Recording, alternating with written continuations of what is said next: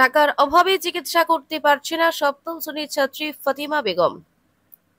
টাকার অভাবে উন্নত চিকিৎসা করতে পারছে না বিশ্রামগঞ্জ পুষ্করবাড়ি এসবি স্কুলের সপ্তম শ্রেণীর ছাত্রী ফাতিমা বেগম। বাবা জামাল মিয়া, বাড়ি বিশ্রামগঞ্জ এসপি অফিস সংলগ্ন নলজলা এলাকায়। কিছুদিন পূর্বে রেলে কাটা পড়ে মৃত্যুবরণ করে জামাল মিয়া। বাবার মৃত্যুর পরে মেয়ের শারীরিক অবস্থার অবনতি ঘটে। প্রথমে বিশ্রামগঞ্জ হাসপাতালে, বর্তমানে আগরতলা জিবি হাসপাতালে চিকিৎসাধীন ফাতেমা। কিন্তু স্বামীহারা আফিয়া বেগম টাকার অভাবে মেয়ের উপযুক্ত চিকিৎসা, বিভিন্ন ধরনের পরীক্ষা নিরীক্ষা করতে না পেরেই হাউমাউ করে কাঁদছেন জিবি হাসপাতালে। সংবাদ মাধ্যমের দ্বারস্থ হয়ে মেয়ে ফাতেমা বেগমের উন্নত চিকিৎসার জন্য রাজ্যের মুখ্যমন্ত্রী ডক্টর মানিক সাহার নিকট আর্থিক সাহায্য চেয়ে বিশেষ আবেদন করেন আফিয়া বেগম। হাসপাতালে বেডে কেঁদে কেঁদে আফিয়া বলেন, আমার মেয়েকে বাঁচান, আমার মেয়েকে বাঁচান। আর্থিক সাহায্য পাওয়ার জন্য মুখ্যমন্ত্রীর নিকট জোরালো আবেদন করেন আফিয়া বেগম। পাশাপাশি রাজ্যের সামাজিক ও ধর্মীয় সংগঠনের কর্মকর্তাদের নিকটও আবেদন করেন আফিয়া বেগম। আপনারা সবাই মিলে আমার মেয়েকে বাঁচান, আমি টাকার অভাবে চিকিৎসা করতে পারছি না বলে হাউমাউ করে কেঁদে কেঁদে বলেন আফিয়া।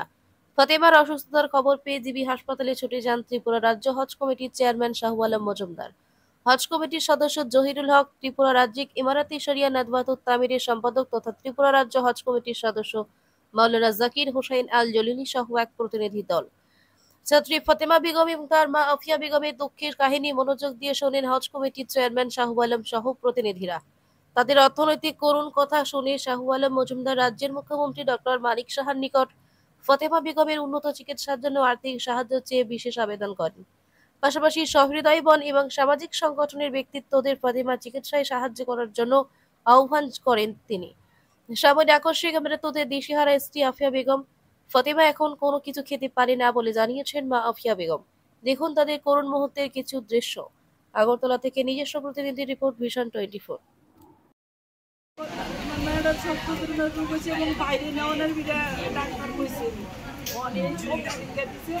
অর্ধেক পরীক্ষা করছি আর অর্ধেক ভাবতে আছি। মায়ের বাবুটা মারা গেছে আজকে গত 2 মাস আগে। গত 2 মাস আগে রেলে কাটার করে মরছে এবং বিশ্রামগঞ্জ উত্তরপাড়া এই সংলগ্ন এই জায়গা নিজের রেলে কাটার করে হয়ে তাই মারা গেছে। আপনি কি হ্যার মা? আমি ফাতেমা বেগমের মা। আমার নাম? আমার নাম আফিয়া বেগম।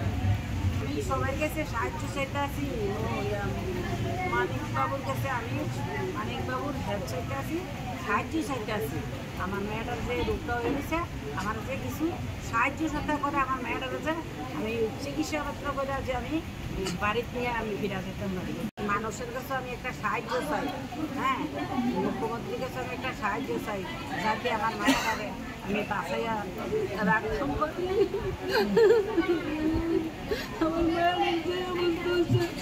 আল্লাহ ছাড়া আপনারা ছাড়া মুখ্যমন্ত্রী মানিক সরকার ছাড়া আমার মেয়েরা মানিক সাহেব ইয়া ছাড়া আমার ইয়া নেই।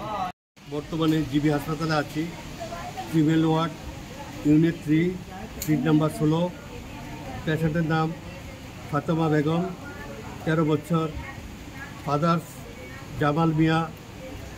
গত 2 মাস আগে ট্রেনে কাটা পড়েছেন বিশ্রামগঞ্জ সংলগ্ন এসপি সংলগ্ন নলজলা উত্তরপাড়ায়। খুব অসহায়, গরিব, দুর্বল। গত 1 মাস আগে তার বাবা ট্রেনে কাটা পড়েছেন। এখন অর্থনৈতিক দুরবস্থার জন্য আজকে মেয়েকে চিকিৎসা করার সহায়তা করার সুযোগ পাচ্ছে না। এই অবস্থা দেখে খবর পেয়ে আমরা ছুটে এসেছি। রুগীটির সাথে কথা বলেছি, রুগীটির যে গার্ডিয়ান, স্বামী, পরিত্যক্তা মহিলা, ওনার সাথে কথা বলেছি, ছেলের সাথে কথা বলেছি। প্রচণ্ড অসহায়, দুর্বল, অর্থের অভাবে চিকিৎসা করতে পারছে না। আমি রাজ্যের জনপ্রিয় মুখ্যমন্ত্রী ডক্টর প্রফেসর মানিক সাহেবের নিকট আবেদন করছি উক্ত পরিবারকে। মেয়েটা ডাক্তারবাবুদের সাথে কথা বলেছি, অবস্থান ভালো নেই। মেয়েটাকে বাঁচার জন্য, শারীরিক যে দুরবস্থা দূরীকরণ লক্ষণের জন্য রাজ্যের আপামর জনগণের যে সরকার, সেই সরকারের দৃষ্টি আকর্ষণ